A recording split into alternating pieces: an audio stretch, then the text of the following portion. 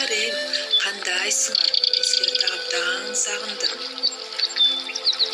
Ачык дайым кабагым, дайым даяр сабагым. Саламаттык айтамын, саламатсыңар балдарым. Анда келгиле бүгүнкү сабакты баштайлы. Бүгүн айлана чөйрө менен таанышуу сабагы тема канаттуулар.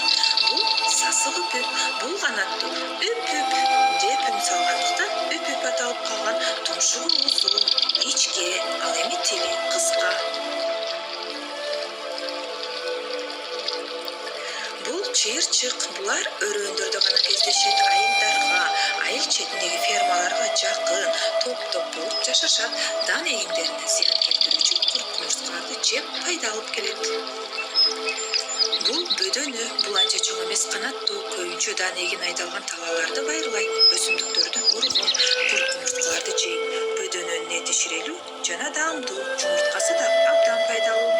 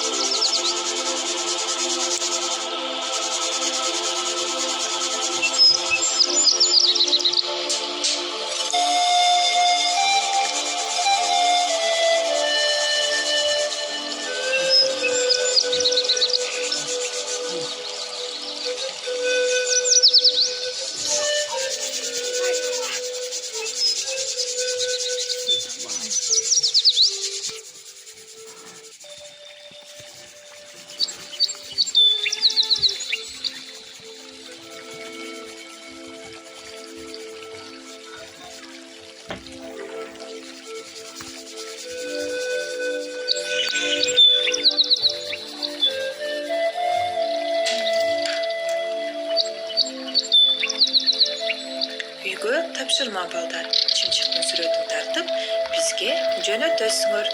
Саламатта болгула.